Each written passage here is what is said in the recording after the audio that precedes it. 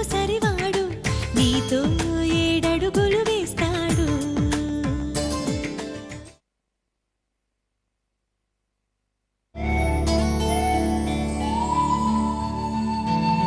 మూర్ఖుడివి నువ్వు.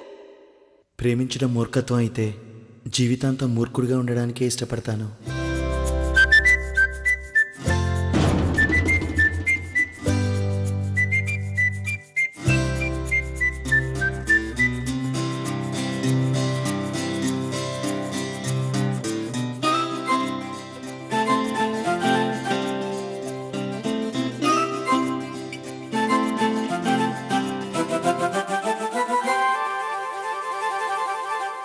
ఈ సైలెన్స్ని బ్రేక్ చేస్తే మంచిదేమో.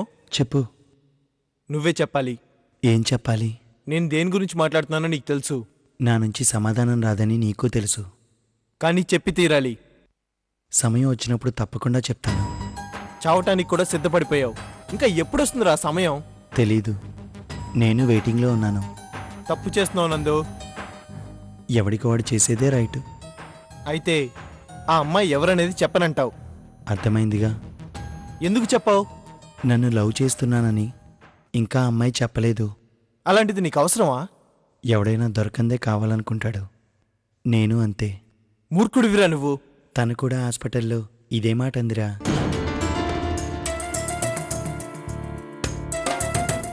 ఏంట్రా నువ్వు షాక్ అవుతున్నావు ఈ మధ్య? ఆ అమ్మాయి హాస్పిటల్కి వచ్చిందా? ఎప్పుడు? ఇవాళ ఉదయం. నాతో చెప్పుండొచ్చు కదా. చెప్తే ఏం చేసి ఉండేవాడివి?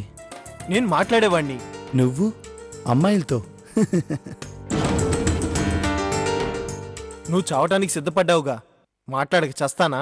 Brother, true love never demands mediators. అసలు ఎందుకు చావాలనుకున్నావు?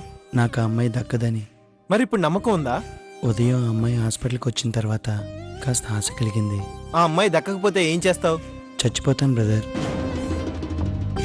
ఫస్ట్ టైం విషం తాగేటప్పుడు కాస్త కష్టంగాను, భయంగాను, బాధగాను ఉండేది.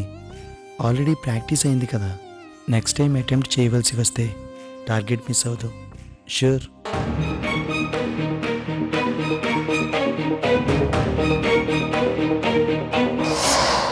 రండి రండి రండి, అందరూ రండి. వేషాలు వేస్తున్నారే? 2 రోజులుగా చూస్తున్నాను. ఒక్క బిడ్డైనా సరిగ్గా భోజనం చేసినారా? ఆకలిగా లేదని ఒకడు, తిండి సహించట్లేదని ఇంకొకడు. ఏమైనదే మీ అందరికీ? ఈ దివ్య ఒక్కతే సరిగ్గా తింటున్నది. నేను గుడ్ గర్ల్ కదమ్మా. అవునవును, రోజు 2 కోడిగుడ్లు తింటుండలే. మీకు మీ కంచాల్లో భోజనం పెడితే తినకుండా వేషాలు వేస్తుండారా? అందుకే అందరినీ కూర్చోబెట్టి నేనే తినిపిస్తా. మీ అందరికీ నా చేతితో ముద్ద కలిపి పెట్టి చాలా రోజులు అయిపోయినారు కదా. తినమ్మి.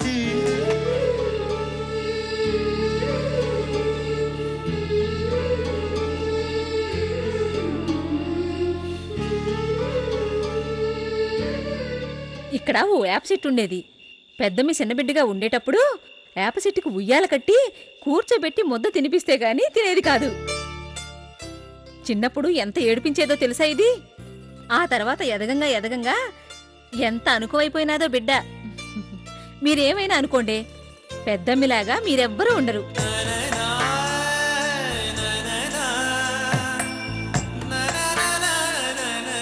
కరెక్ట్గా చెప్పావమ్మా. అక్కలా ఉండటం అంటే మాకు కొంచెం కష్టమే. నీకింకో విషయం చెప్పనా? నాకు అక్కను చూసేటప్పుడు అమ్మని చూసినట్టే ఉంటుంది. అవునే, రేపు దీనికి పెళ్ళైన తర్వాత గౌతమ్ని, పుట్టబోయే బిడ్డల్ని ఎట్టా చూసుకుంటుందో చూడు.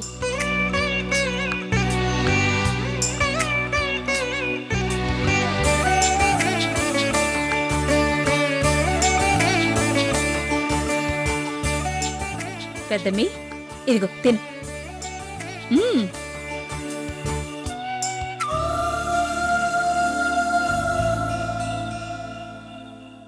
ఏందే కళ్ళలో నీళ్లు? కారంగా ఉండదా? అమ్మా, చిన్న కూతుర్ని కూడా కొంచెం పట్టించుకోవే. అయ్యో, నీకు పెట్టకుండానా? దామ్మా.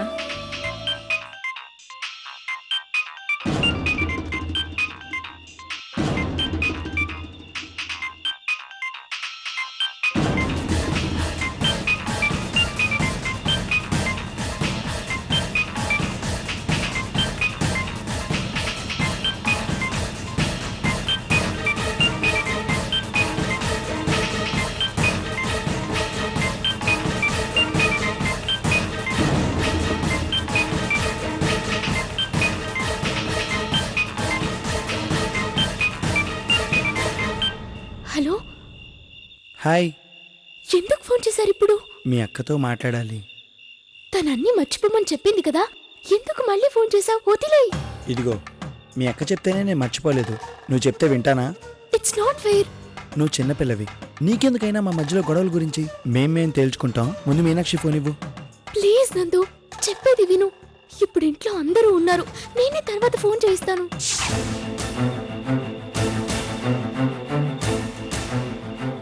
వద్దమ్మా, నేను వెళ్ళి మంచినీళ్ళు తీసుకొస్తాను.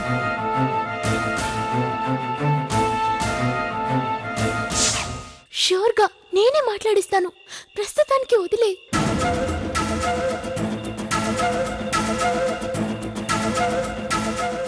ఓకే, నమ్ముతాను. హాఫ్ అన్ అవర్లో ఫోన్ రాకపోతే నేనే మళ్ళీ ఫోన్ చేస్తాను.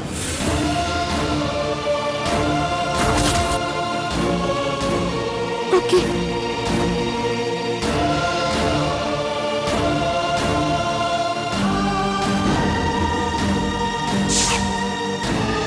బాయ్.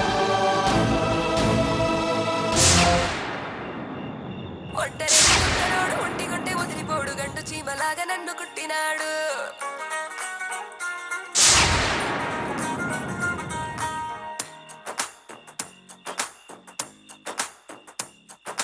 బుద్ధుడల్లే ఉన్నవాడు ఎవరే ఫోన్లో?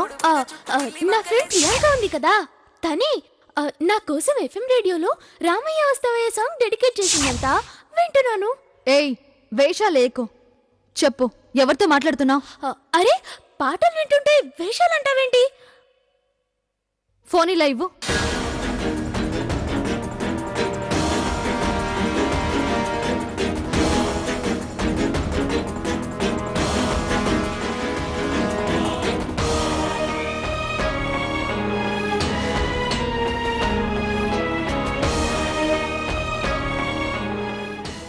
నాకు నీ మీద ఏదో అనుమానంగా ఉంది. ఏదో దాస్తున్నావు. దొరుకుతావే, అప్పుడు చెప్తా నీ పని.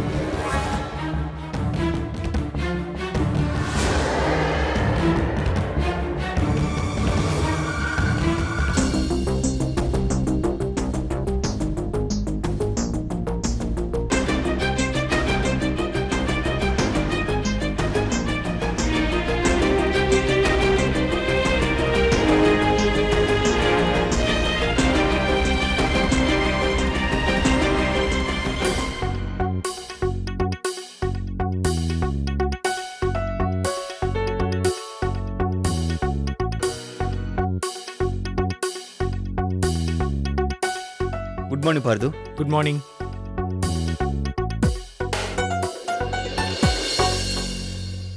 పార్దు, మీతో మాట్లాడాలి. పర్సనలా ప్రొఫెషనలా? ప్రొఫెషనల్. అయితే మాట్లాడు.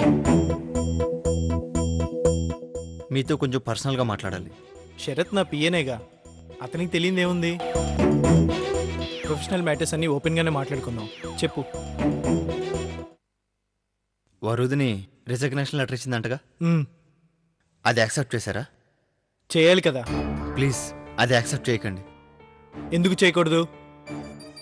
తనేదో ఎమోషనల్గా తీసుకున్న డెసిషన్. ఎవరు ఏ ఎమోషన్లో ఏవైనా చేసుకొని నాకేంటి? ప్లీజ్ అలా అనకండి. దయచేసి నేను చెప్పేది. సి కార్తీక్, ప్రొఫెషనల్ మ్యాటర్స్ మాట్లాడాలని పర్సనల్ మ్యాటర్స్ డిస్కస్ చేస్తారేంటి? అవన్నీ ఆఫీస్లో కాదు, బయట కూడా తన గురించి నాతో మాట్లాడద్దు. లేదు, తను నా సిస్టర్, నేను ఇక్కడికి వచ్చి మాట్లాడట్లేదు. ఓ ఎఫిషియెంట్ ఎంప్లాయీని మనం పోగొట్టుకోకూడదని చెప్తున్నాను. ఏంటి, ఆవిడేమన్నా పెద్ద మహిళా మేధావి అనుకుంటున్నారా? ఆవిడ్ని నమ్మే ఈ కంపెనీ స్టార్ట్ చేశారా? ఎవరు లేకపోయినా ఏది ఆగదు. అది కాదు పార్దు, తను జాయిన్ అయిన 1 మంత్లో తను ఎంత సిన్సియర్గా పనిచేస్తుందో మీకు తెలుసు. ఇన్ఫ్యాక్ట్ కొన్ని టఫ్ సిచ్యువేషన్లో తన అడ్వైజ్ మనకు బాగా హెల్ప్ అయింది. ఇవన్నీ దృష్టిలో పెట్టుకుని ఒకసారి ఆలోచించండి. Enough Karthik, enough. Unwanted topics మాట్లాడి టైం వేస్ట్ చేస్తున్నారు, నా మూడ్ పాడు చేస్తున్నారు. Please don't mind, I'm busy with my work. Sorry Pardhu.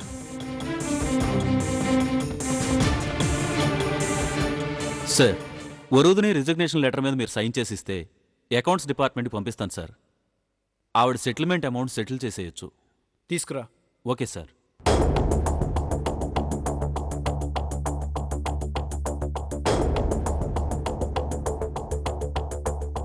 Sir.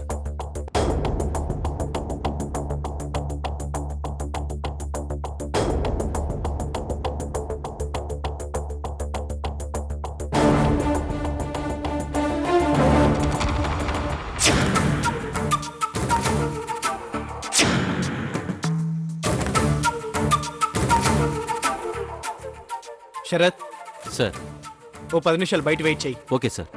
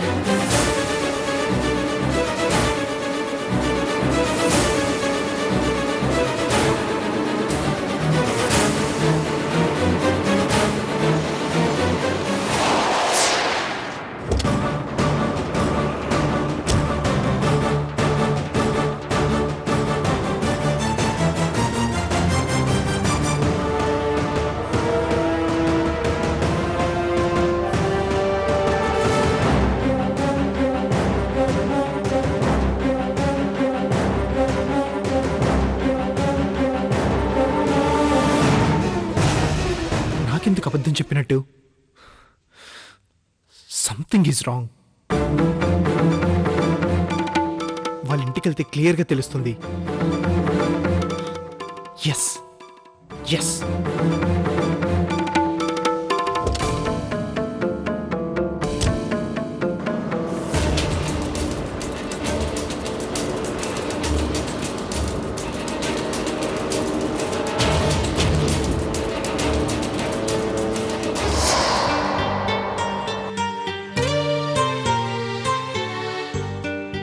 Chinnammi, నేను పిండి మరకపోయి గోధుమలు ఆడించుకొస్తాను. నువ్వు తర్వాత పోయి విజయ నా జాగిలు కుట్టిందేమో తీసుకురా. ఆ డబ్బులు బీరువాలో తెల్ల పర్సులో ఉన్నాయి, తీసుకో. అట్నే అమ్మా. ఏమ్మా, పిండి మరకు నేను వెళ్ళొస్తానులే, నువ్వు వండు. పొద్దునుంచి ఇల్లు తుడిచి బూజు దులిపి ఏదో ఒక పని చేస్తానే ఉండవు. నేను పోయేస్తానులే అమ్మి.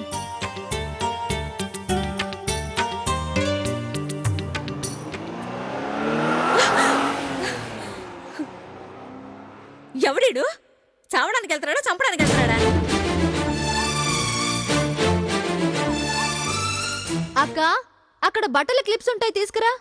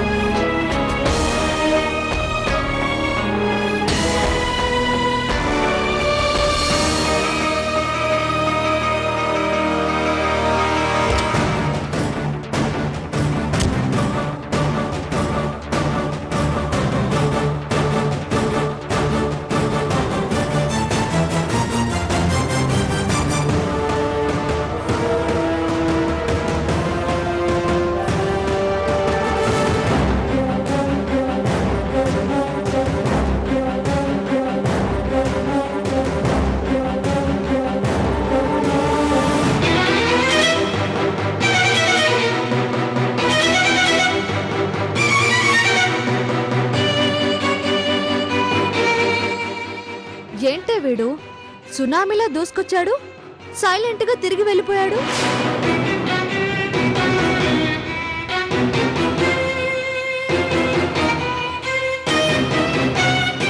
అసలు ఎందుకు వచ్చాడు వీడిక్కడికి?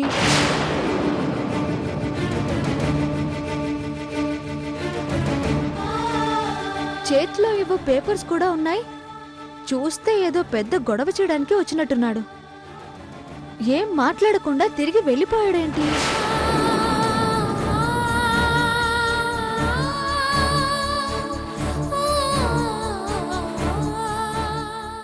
తలతిక్కలోడు నా మీదున్న కోపంతో నన్నే తలుచుకుంటూ ఆఫీస్కి వెళ్ళబోయి ఇక్కడికొచ్చేసాడేమో. ఏదేమైనా వాణ్ణి సడన్ గా మన ఇంటి ముందు చూసేసరికి షాక్ అయిపోయాను. కొంప మీదకొచ్చి ఏం గొడవ పెట్టుకుంటాడోనని ఒక్క నిమిషం గుండె ఆగిపోయింది. రాజీనామా లెటర్ ఇచ్చాను కదా, మైండ్ బ్లాంక్ అయినట్టుంది వాడికి. చేతిలో ఉన్న పేపర్ అదే అనుకుంటా. రాజీనామా లెటర్ అంటే ఓ పేజీయేగా, అతని చేతిలో ఒక కట్టున్నాయి. అవును కదా, ఏంటా పేపర్స్?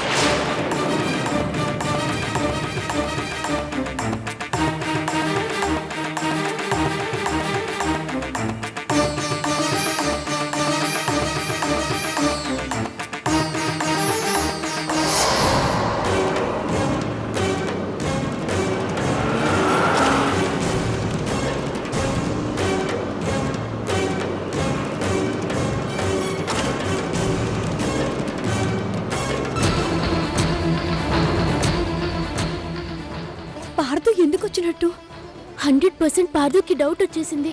నిన్న మన ఇంటి ల్యాండ్ లైన్ కి ఫోన్ చేసి వివరాలు అడిగాడు. ఈ రోజు సరాసరి ఇంటికే వచ్చేసాడు. చేతిలో ఉన్నవి కూడా కాలేజ్ పేపర్సే అనుకుంటా. తీరా ఇక్కడికి వచ్చేసరికి మళ్ళా నందుని ఇష్టపడే అమ్మాయి ఎవరో తెలియక కన్ఫ్యూజ్ అయి వెళ్ళినట్టున్నాడు. అది నువ్వేనని కన్ఫర్మ్ అయ్యుంటే ఇక్కడ ఒక పెద్ద గొడవ జరిగేది. దేవుడి దయ వల్ల నాన్న డ్యూటీకి వెళ్ళాడు. అమ్మ అప్పుడే బయటికి వెళ్ళింది. అతను చాలా కోపంగా ఉన్నట్టున్నాడే. ఇప్పుడు ఇదే కోపంలో నందు దగ్గరికి వెళ్ళి అడుగుతాడేమో.